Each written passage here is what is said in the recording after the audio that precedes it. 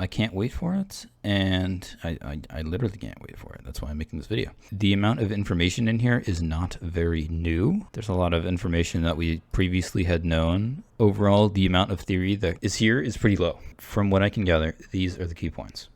Kurend is in. Previously, there were all the other areas that was separated away from Kurend because Kurend was the first league. But now this is its own area, like entirely. This is one section based on the post.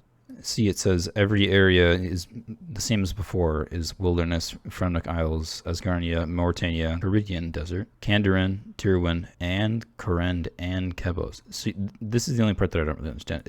Is Kebos one area?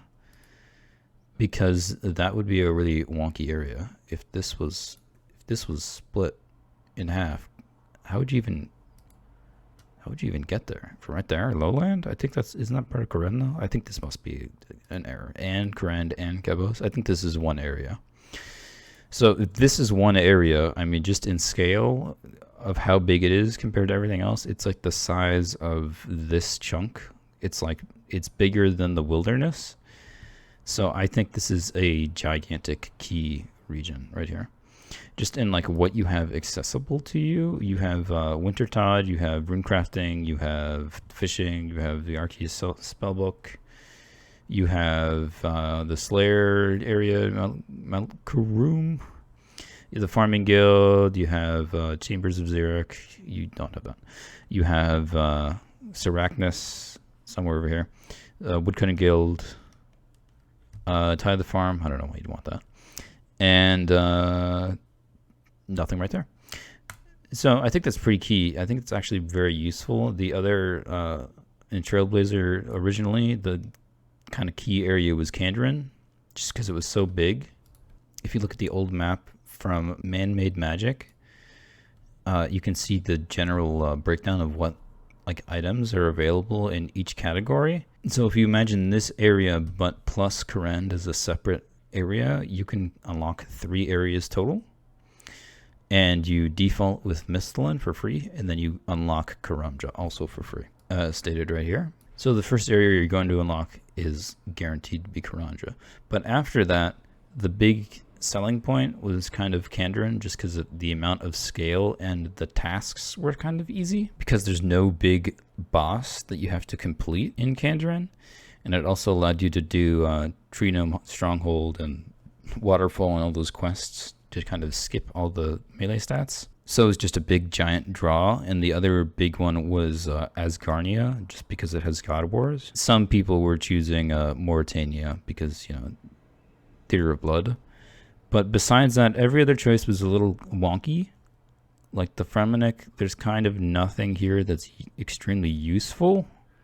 The wilderness is pretty good for money, but besides that, there's a lot of grinding because there's so many bosses there, and all the tasks kind of had an amount that you needed to kill them for, or a reward that you needed to get from them. Mauritania, kind of the same thing, is a lot of tasks for just killing stuff and a lot of grinding, which is kind of repetitive. The desert is just a nightmare, and there was nothing there. And a lot of mage training arena, which is hell. Tirwin is just kind of small. There's Zulra and the Gauntlet, and Zolcano, but in size of how much you can actually traverse, there's not much. So a lot of them were related to the bosses, which made them kind of undesirable. And outside of God Wars, Asgarnia is not that important in my opinion. Like there's Dragon Boots and a cannon and a defender, you know, primordials, but who really needs any of this when you can do a raid at this point? And with Kurend, you have Chambers of Xeric. That's a whole raid on its own for late game. I think the most important things to think about this time are what you're going to do in the end, because a lot of the time people would burn out and you didn't know what to do at the end, and now they've added a tier 7. So to extend the longevity of it, I think there's going to be a lot more focus on late game and what you can actually do and like overpower these raids and kind of learn them if you've never done them. So I would highly recommend picking at least Mauritania or the desert or Kurend. At least one, if not 2, so you have something to do. But beyond that, they said that they're going to be very balanced. They're going to be revamped and rebalanced. So before, the desert was really uneven and there was kind of nothing there. Now they added Temporas and Tombs of Masket, so there's more stuff to do, along with Desert Treasure 2, which is brand new. But also just in tasks, a lot of them were kind of bad. Like, I remember there was a big rush of everybody doing agility stuff in Draenor at the very beginning, because there were so many tasks related to Marks of Grace and Draenor and Laps and stuff. And now I bet all of that's gone. So I think a lot of the simple, weird, nonsense tasks are gone. A lot of the repetitive. I bet a lot of the boss kill counts, they used to be a big number, and I bet they've changed that into an item drop or something, or like a challenge that you have to do instead. So that'll be nice. So previously for Trailblazer, I would rank the regions in terms of usefulness and like how highly I would recommend something. I would put Kandarin at number 1. By default, you have Misthalin and Karamja, so I'm not counting them. Kandarin at number 1, Asgarnia at number 2, Mauritania at number 3, number 4 is Tier 1, number 5 is the Fremnik, number 6 is the Wilderness, number 7 is the Desert. But now with these changes, I'd actually like to reorganize them based on how important I feel like they are and based on the restructuring of their balance. So at number 1, I would actually put Kourend because it's so huge. At number 2, I would still put Kandarin because it's so huge, and the amount of difficulty I feel like, despite the balancing, cannot be corrected. It can't be too hard, and it's also so much more like chilled and less grindy. I feel like it's still just a funner experience if you were to pick Kandarin again. At number 3 is actually going to be the Desert, because now with TOA it has a raid potential for late game, and I just hope that they got rid of this mage training arena stuff. For the most part, I mean, I'm sure there's going to be some at the late game, but if there's not a relic to get rid of this mage training arena, I'm honestly going to skip it entirely. So it highly depends on one change. And at number 4, I would put the Wilderness. So if that change is not, if the mage training arena is still there, I would highly recommend the Wilderness, just because of the amount of money you can make early game, because of things like the Rev Caves and all the bosses, and just the amount of drops that you can get easily, like lava dragons. I would highly recommend it, and I think it's just a fun experience because you don't really have to deal with PKers and losing your items. At number 5, I would put Mauritania, because despite all of the items that are actually unlocked here, there's a lot of grinding that you have to do, and I feel like most of them are skippable. Things like the Slayer Mask, you don't really need. Rune Boots are pointless. The Barrows can be easily obsolete, and all of the Theater of Blood stuff can probably be bypassed entirely, depending on the relics. Number 6, I'd actually put Asgarnia below Mauritania, because besides God Wars, there's kind of nothing useful in Asgarnia at all. And yeah, it's like a classic area with the Falador and Port Sarim and Entrana, but realistically, you're not going to be spending much time there. And I just feel like most of the tasks aren't going to be very fun. And if the moles here like last time, I think you're going to be forced into making the Prospector kit, which was hell. And at number 7 is going to be Tirwin. I just think there's almost no space here for you to like travel and have fun with. I mean, yeah, there's the city, but you're going to be grinding Zulrah and the Gauntlet almost all of the tasks, I feel like, because there's nothing else difficult besides, Zulcano and maybe the bunny, but I think this is just a really bad choice.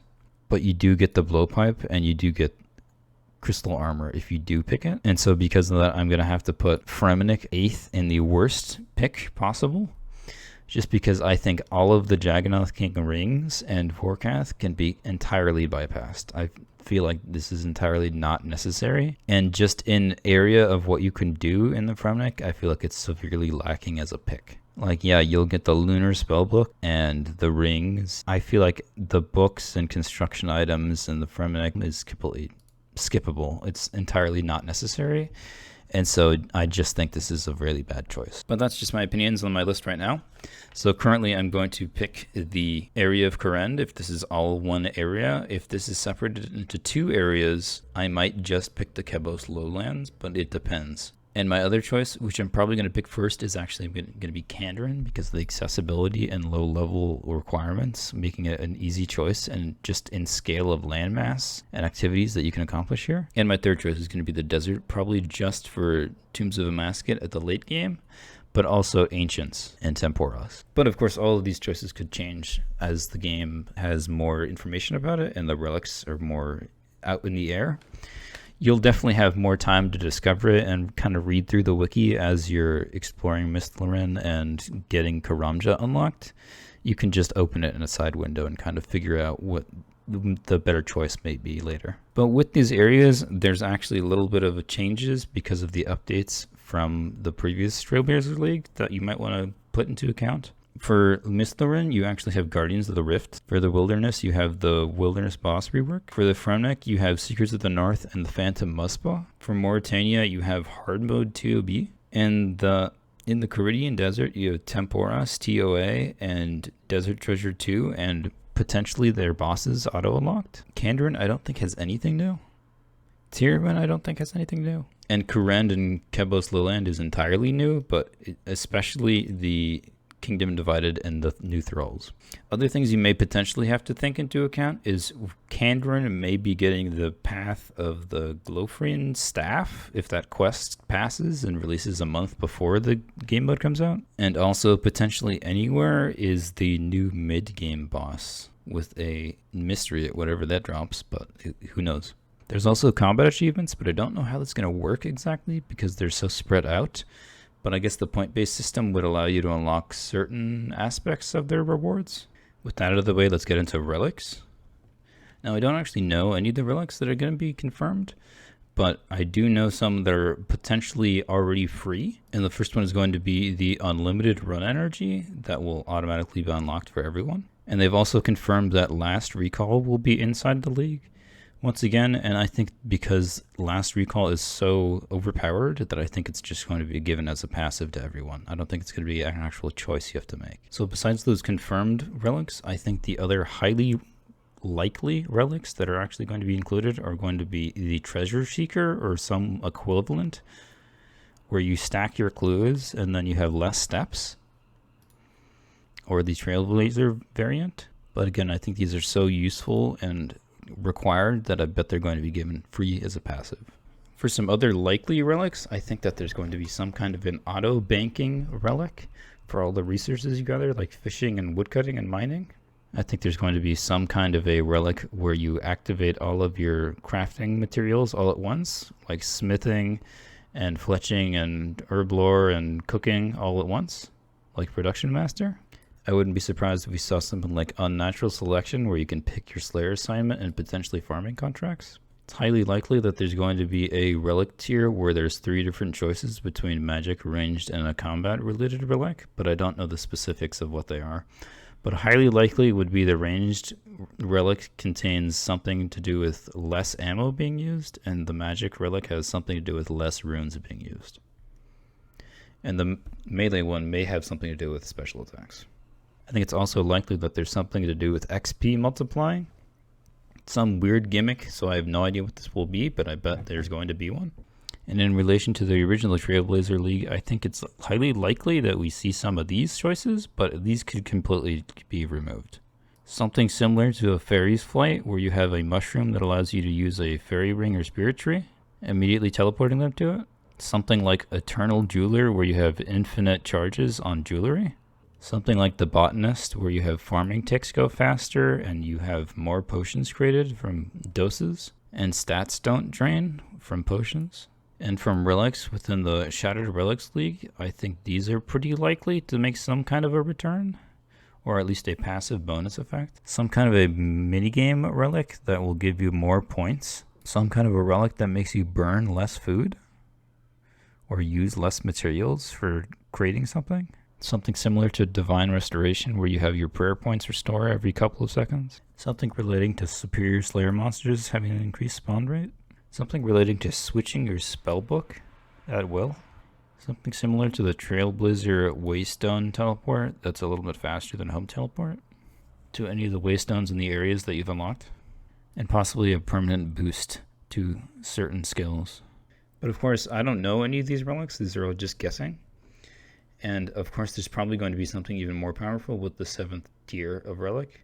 So with that, we'll move on to tasks. And they give us a couple of example tasks that are actually, I think, previously used but they're pretty general. They include things like entering the cooking guild, defeating Obor, crafting some water ruins, getting a Slayer task from Vanica, cooking 100 sharks, obtaining a Mark of Grace, equip a U short bow, defeat a goblin. I think all these tasks are pretty realistically possible to come back. They're all very simple, but they could also add something more specific, like the previously surviving a hit from Jad without prayer. Of all the tasks that I think are going to be nerfed, I think it's by far going to be the agility laps on a rooftop, because they were absolutely everywhere. There was just a way too many points that you could easily earn by just getting laps. So beyond the very beginning, get a Mark of Grace, or maybe complete one lap, I think that these tasks will be greatly diminished in agility specifically. Another weird thing to notice is that the task menu that they showed, all the helmets are silver for some reason, whereas they used to be different colors. So yeah, I don't know why these ones are all bronze. And there were other tasks with rune helmets. An important thing to note is that to unlock regions, it's actually by the number of tasks you complete, not by the actual value of the task. So I'd highly recommend just completing as many easy-ish tasks to medium as possible to unlock regions first, before trying to level up your tier. So with that all said, I can't really give a specific strategy that you should complete first, but I will mention little things. In the very beginning, when you spawn, I would highly still recommend going up to Barbarian Village and getting the free 10k, because within your starting region, it's actually very hard to make money, because you can't go anywhere outside of it.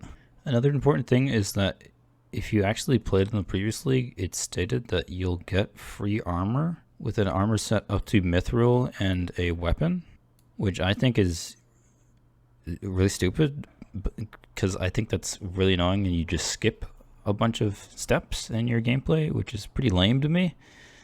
But I mean, this may be an error. I feel like they tried to put this in the last league and then they deleted it. So maybe they just copy and pasted it. But if not, then you already have armor and a weapon up to mithril. But of course you won't have stats to equip it yet.